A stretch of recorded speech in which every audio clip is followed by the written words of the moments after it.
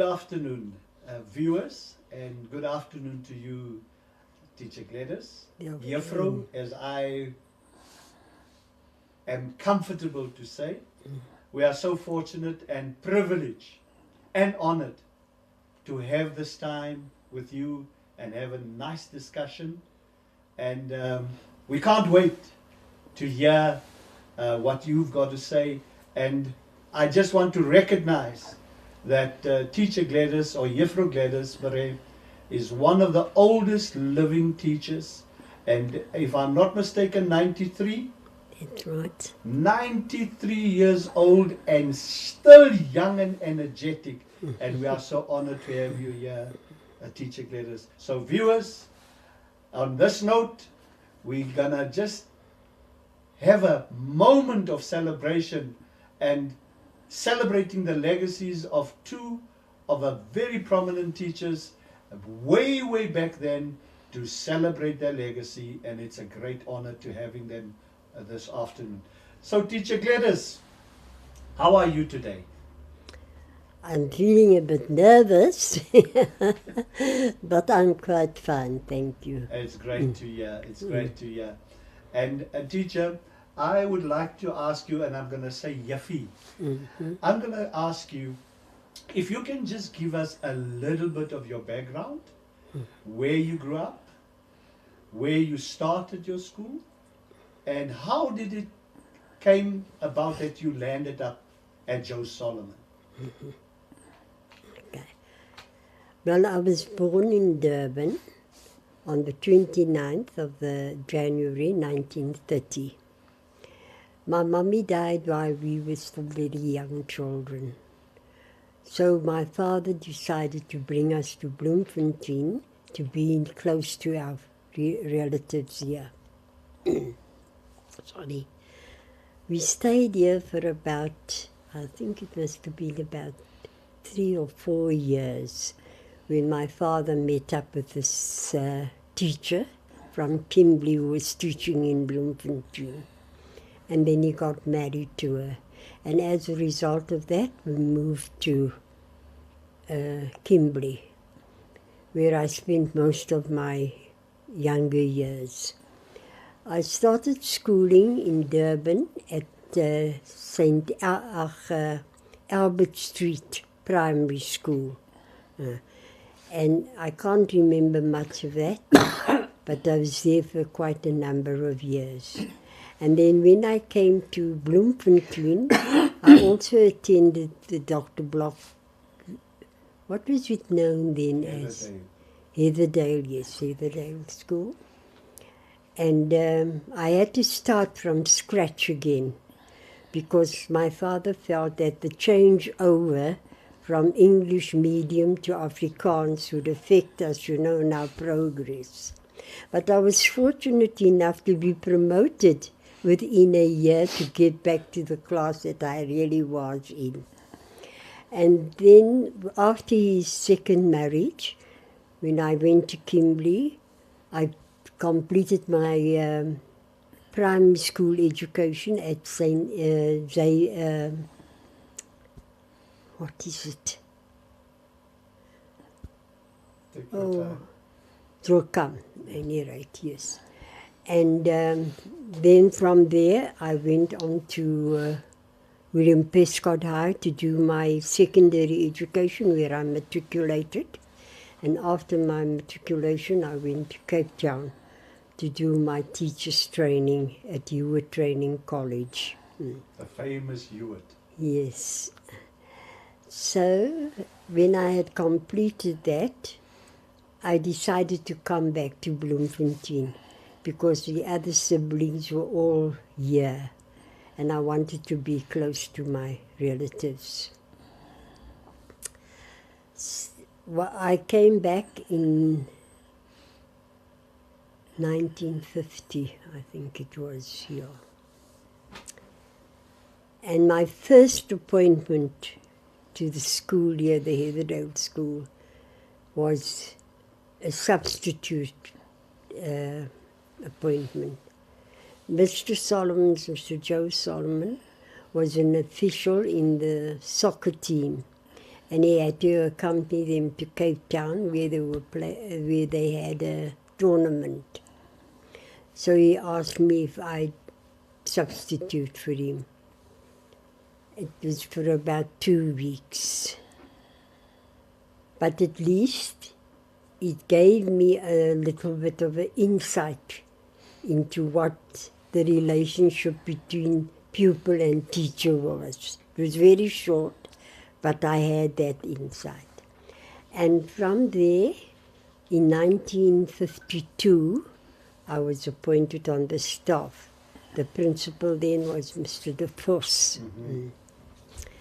And I taught for about 2-3 years, and during that period I got married. And unfortunately, there was this thing that married women could never be appointed on a permanent staff. So we had to serve on a temporary staff, being called when you are required and laying off when there was no opening. But at any rate, we enjoyed it because most of the teachers who were teaching at that time were from elsewhere. And it was a pleasure meeting up with all these different teachers, yeah. What can I still say about that? Do you remember some of those names that Yes. those teachers that came from elsewhere? Of the lady teachers, it was Mrs. Henny, it was your mummy, Marais, it was Juffrou Babs Ward, it was Eileen Peterson, it was Emily van Wyk, and the men were Mr. Africa, Mr. Norris, who was this though? Mr. Sullivan. Quite a number of them. Yes, Oh. I can't just recall all of them, yes, but any rate.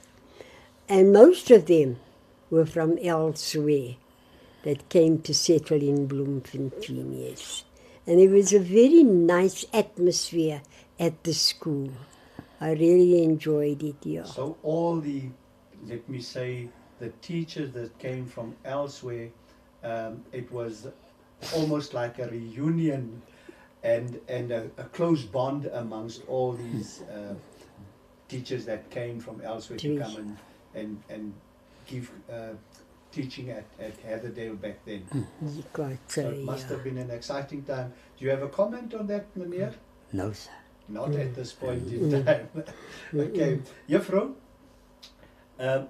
you gave an indication of when you started at the school.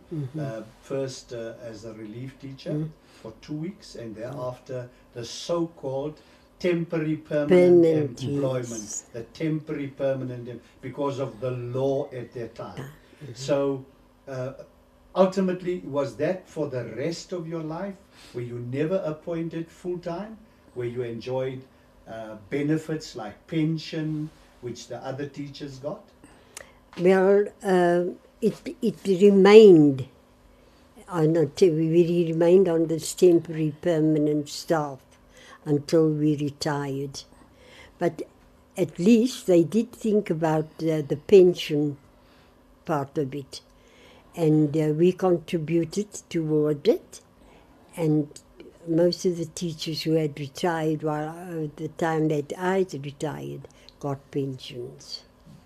Just a question. My research showed that the pension that a normal full-time teacher got was from the day of his appointment. But you guys were not appointed initially. No. So you didn't get the full benefit. No. The system didn't allow you to get the full benefit. Yeah. And there's quite a number of teachers that didn't get that.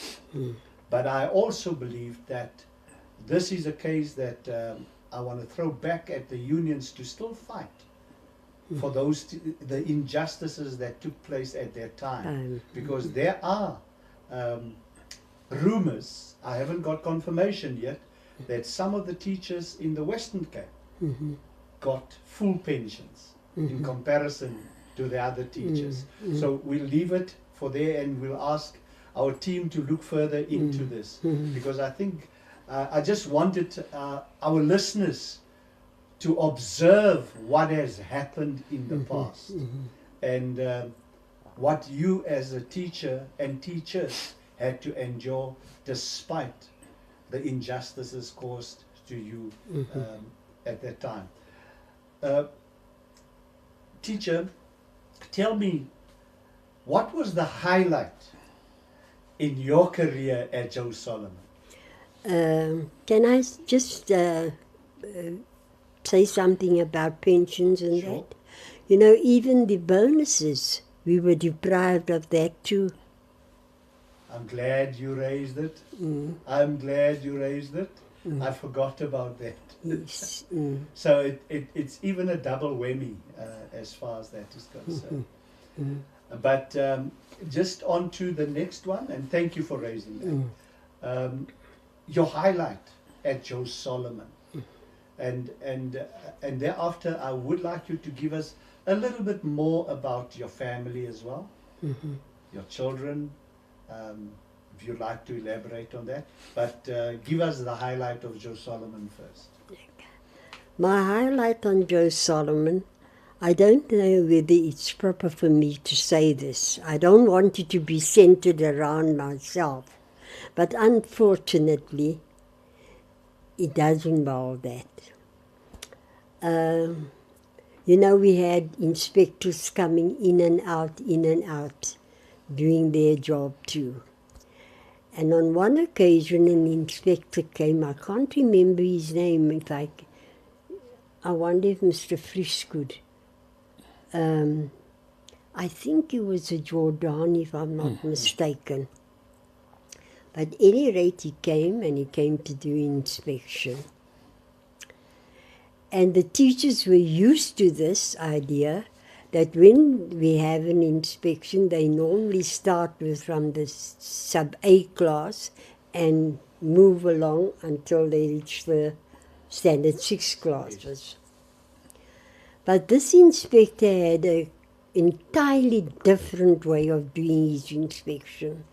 He'd go to the sub-A in the morning, and in the afternoon you go to a standard 6 class. So he jumped from one class to the other, you see. And unfortunately, he caught some of the teachers out like that, yes. Any rate, this went on, and he stayed there for almost 2 months doing this inspection. And I was a standard 3 teacher then. We were 4 standard 3 teachers, myself, Juffrou Cathy Yurt, Eileen Peterson, and the late, what was his name again? Van Wyk. Yes. Mr. Van Wyk. Mr. Van Wyk, the late. Van Wyk. Pardon? Mr. Toeks Van Wyk. That's right. So we were 4 standard 3 teachers. And the standard 3 teachers was also on their nerves, waiting to see when is he coming to us. But every time he missed the standard 3s, And eventually, after he had done the whole of the school, he got to the standard 3s. So this was the last class that he was going to inspect.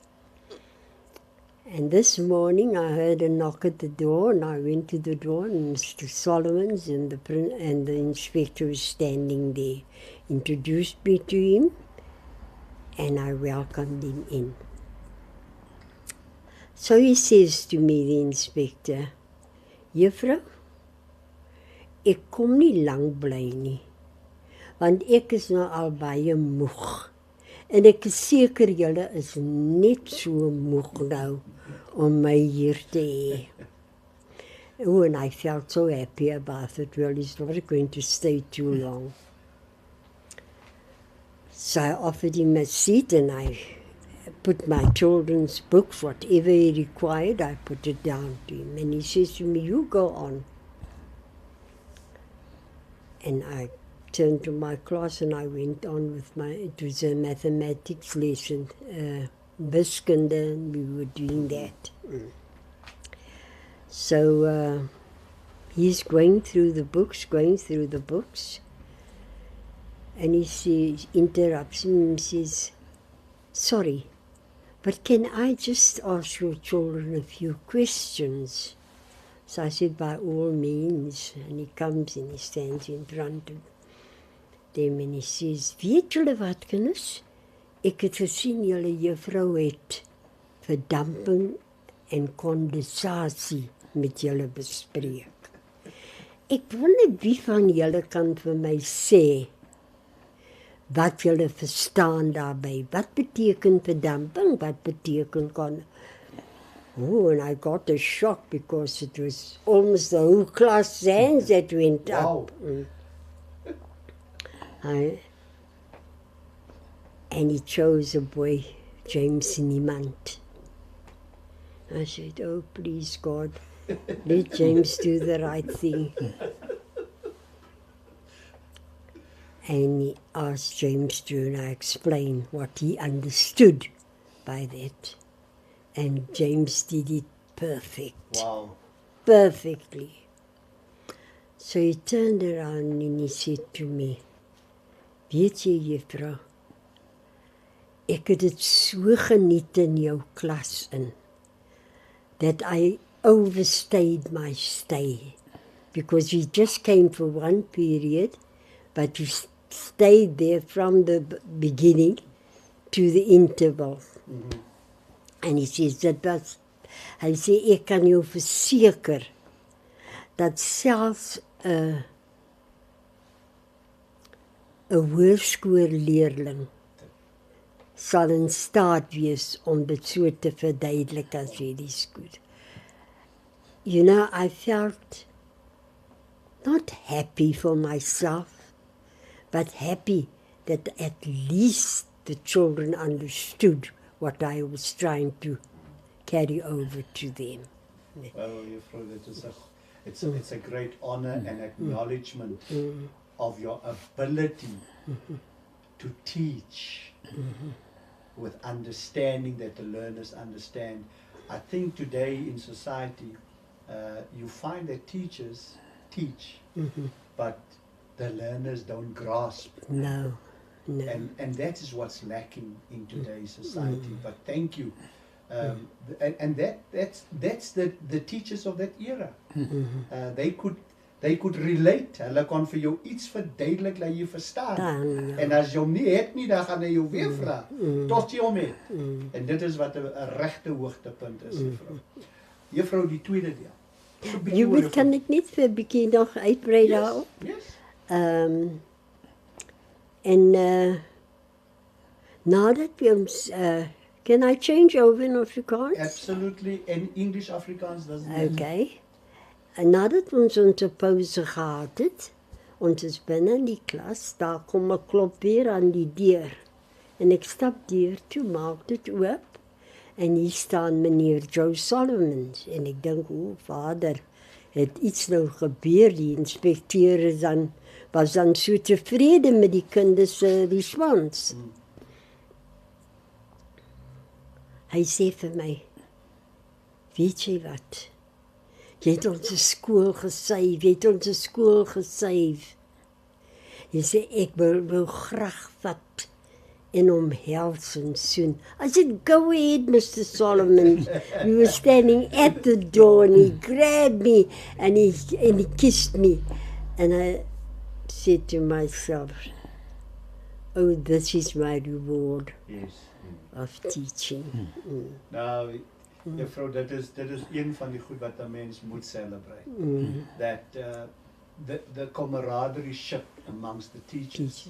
That inspector went out with a complete different perspective. And it's through your efforts, and we want to acknowledge you for that.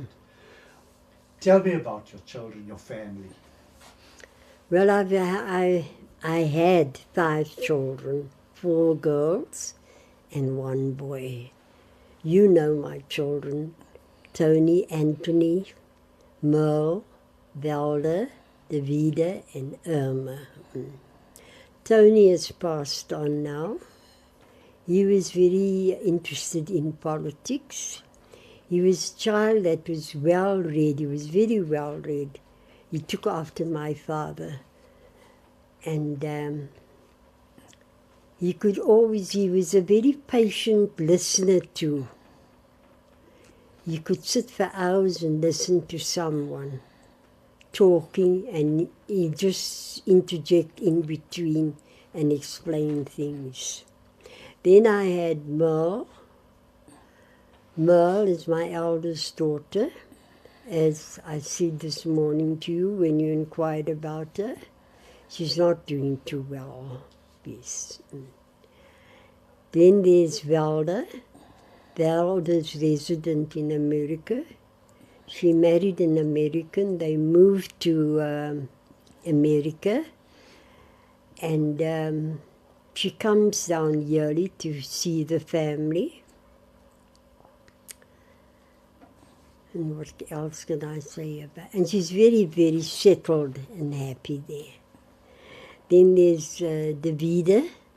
Dit is my bietjie my malkop dogtertjie. Yeah. At present, I'm with her. She fetched me to be with her, especially during the COVID period, you know. And now she wants me to remain there, for which I am very grateful. And then there's Irma, my baby daughter. Unfortunately, life was not so good to her. She suffered brain damage and is entirely dependent on me. How long has it been? Oh, you know, when I took her there when she just had a convulsive fit. So I took her to Pelanomi. It was just at the time that Pelanomi was abused. And when I went to visit her one day, I noticed that there was something wrong with her. She didn't seem to recognize me anymore. And I spoke to the doctor. He was doing rounds, and fortunately, I could speak to him. And I asked him, what's wrong with my baby? She doesn't recognize me anymore. And he says to me, no, there's nothing wrong with her. You're imagining this. And well, I accepted that. But it worried me. Why? How did it come about that Irma has forgotten me? But the next day when I went on to visit her again, I was told she's discharged. So I said, but that's ridiculous. Just yesterday, I inquired from the doctor. I said, well, what is wrong with my baby? And he said, there's nothing wrong with her. So now how all of a sudden he's discharging her? Where is the doctor? Can I speak to her? Because she's not, as far as I'm concerned, she is not well enough to go home. So the sister says to me, well, I'm sorry, this doctor has resigned. And I can't give you any information about him. I think he must have given a 24-hour notice. That's what I suspect. But at any rate, I was so glad to have my baby. I thank God, and I said to him, just to hold her in my arms again, I am satisfied to accept her as she is. And that is now almost 59 years. Wow. She'll be 60 now in October. But she's a real pleasure to me, and I think I am a pleasure to her. Yes. From what a mother's love you have, and it's a lesson for all of us, unconditionally. Yes, unconditionally. And I just want to go back to Velda. Something happened in her life early in the difficulties, I think it was in the 70s, where she participated in a competition. Tell us more about that. Well, I saw this advert in the paper, in one of our local papers, and I said to her, Bella, why don't you go in for it too?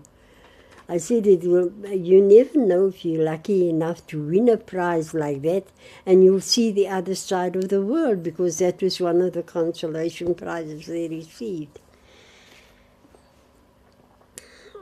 After much begging and so, Bella decided to go. But with the apartheid years, they had a sort of a... They weren't named the same as what the South African competition. Yes, the South Africa competition. Miss South Africa. Miss South Africa. It was changed to Miss Africa South, yes. So I don't know how they could distinguish between that. Okay. But at any rate, she went. She was fortunate enough, she won the competition. She came back, she went overseas.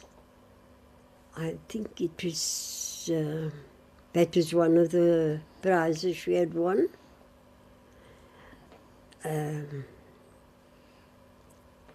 It must have been for about 2 weeks or something like that, yes. She went overseas, but it was a very good experience for her, you know. She loved it. And she was, there was a lady here in Bloemfontein, I've forgotten her name too. When Velda entered this competition and I saw the picture in the paper, she phoned Velda, she contacted Velda. And she said to Velda, come to me, I will teach you, because you have to be like a model. I will teach you how a model walks. And she contributed that services of her free of charge to Velda. Was it a white lady? Yes, it was a white lady. And that we appreciated very much. Yeah. Just to come back to Tony, if I'm not mistaken, he was one of the very first members of parliament from Heidelberg after 1994 that served as a member of parliament. Am I correct in that statement? Yes, I think so. I can't remember the exact date, but yes, it was. So your family has been a remarkable family in the sense that they overcame so many obstacles in life and endured, and despite all the odds being against them, they overcame. And lastly, Harry. I just want to touch a bit on Harry. I know skillfully one of the best confectioners, if I'm not mistaken. Quite so. Tell me a bit about him. And everybody, to celebrate him as well. Harry was a very hard-working man. And as you say, he was one of the best confectioners that there was. But you know, Harry was a person that you couldn't really depend on at times too sometimes. He felt that he was in command. You couldn't tell him to do this or do that, yeah. But we got on very well. Every home has its ups and downs, but we enjoyed being together. What a legend. I remember the nickname between him and my dad, Jambo. Yes, yes. And they also, the other his other nickname was Mbutiki. Yes, yes. But I think the skill that he had in baking was out of this world. And we want to acknowledge him as well. You know what, Hubert? He always used to tell me, Gladys, ek het swaar geleer om 'n confectioner te wees. die mense met wie ek gewerk het, wat jare in die beroepen was, het my nooit eintlik touwys gemaak nie. He says, but there was a baker used to come to work, and sometimes he used to take a little drink before he gets to work. And then he's tired out, and he lies behind this desk or whatever it is. And he says to him, Harry, kom jong, jy moet nou vir my hierdie mengsel aanmaak. And he'll tell Harry, so much flour, add this, add that. And Harry says, you know what? I learned to take a paper and pen with me. And I used to write down every recipe. And that's how I got to learn to do my bake. Wow, what a wise man. Juffrou, coming back to the school. Hoe het juffrou dit geniet? How did you enjoy it at Joe Solomon? Baie geniet, baie. Ek was eintlik hartseer toe hy begin het en ons met 'n keuse gemaak het. It was omtrent in 1975? Could If I'm be not mistaken, some 74, 75. 5 years. En ons kon nie ons eie keuse maak nie, want daar was sekere dinge, hulle het gevoel die onderwysers wat na aan die skool is, aan Joe Solomon, moet daar bly. En dis wat 'n bietjie verder af weg is met sin toe gaan. And of course, as you said, when you were talking just now, I was in the adaptation class. Die ou aanpassingsklas, soos The dat oh, ons yes. And Mr. Matembu said to me, well, if you're not going to help us out with the adaptation class, then I don't think we'll take you. You can't remain at this school, and I don't think we'll take you. He was pulling my leg, you see. So I had to move up with them because the adaptation class also was at the new school now. What was the question again, Gary? Wat juffrou geniet het by Joe Solomon, but the adaptation class, I think you were the one that introduced that, if I'm not mistaken. Yes, when they saw the need arose for this type of class, but then they wanted volunteers. Yes. And this was just at the time that my baby had suffered this brain damage. So I volunteered with the hope that I could get something that I could carry over to her, you see, Yes. because we had no formal training That's right. for this, yes. And the other teacher was here from Eileen Peterson. She was really a very good support too. It was a very, very hard work because we knew nothing. It was a complete change. What we learned was from the psychologists who used to come occasionally to brief us on what is expected of us. It's not a class of a graded standard, no. The children are graded according to the levels they reach. Okay. It's a subject thing that you've got to do, you see. You perhaps find a child in mathematics, he'll be at the level of a standard 4 child level, standard 4-2 in the second quarter. And then in English, he'll be at the level of standard 1 or so. The levels weren't the same. Each child had different levels in different subjects, yes.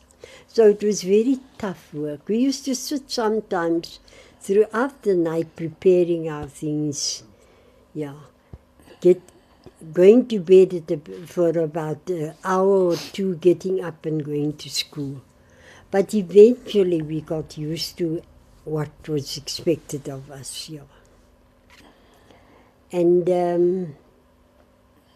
sal wie vergeet. Then, juffrou, ek gaan nou in closing gaan.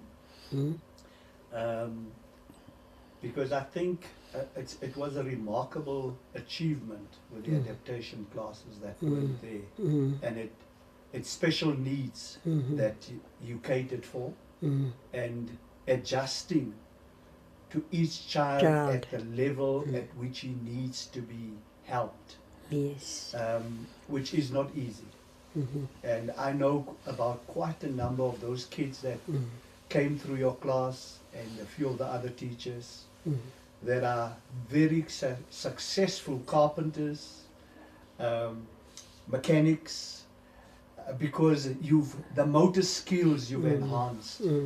And it's something that our school really misses today. These institutions, and it was in each class, every school. It was at Haida, and it was at Joe Solomon at that time. So it's something that I think the principals currently needs to look at, how they can assist the community. Juffie, is so lekker om met jou te gesels. Je moet, mag ik nog iets zeggen? Je weet wat? Dit was baie rewarding work, the adaptation class. As you say, you know a lot of students who has been there and is quite successful. Yes. You know what happened to me one day? It was my baby's check-up date at Universitas, and I was standing outside waiting on my assistant. My neighbor always used to assist me to take her to hospital. And while I was standing outside waiting on her, two ladies from Maidedal, I can't remember their names, came up to me and we started talking and so forth. And while we're talking, at the entrance of the hospital, a gentleman comes across. And I didn't recognize him as he was walking towards us. Only when he stopped, I saw it was Mr. McPherson. You know the taxi? Yes. I'm George. That's right. His son was in my class for about 3 years, I think it was. You know, those children, you had to remain there until they reached a certain level. Yes. So he comes and he greets us, and he says to these two ladies, "Julle moenie vir die vrouwmens so staan en kyk nie. Is deur haar wat my seun 'n kaptein in die lugmag is in Pretoria." You know, it was such I don't know, I can't explain to you. I don't want it to be centered around me or what my work was. It was just that I had contributed something towards the community. That's the quality teachers that we're missing. And I'm not saying everyone is not today, but that is the foundational teachers that we need. And thank you so much. And the reward to see that you've been part of somebody's life and how that life turned out. Exactly. We really appreciate you. Exactly. Juffrou, ek het nou vir juffrou ietsie om te vra. Watter boodskap wil juffrou? What message do you have for the current teachers, as well as the current learners first? And then I would like you to touch on your colleagues that are still alive and those that have gone by. If you have a message for them and your friends and your family.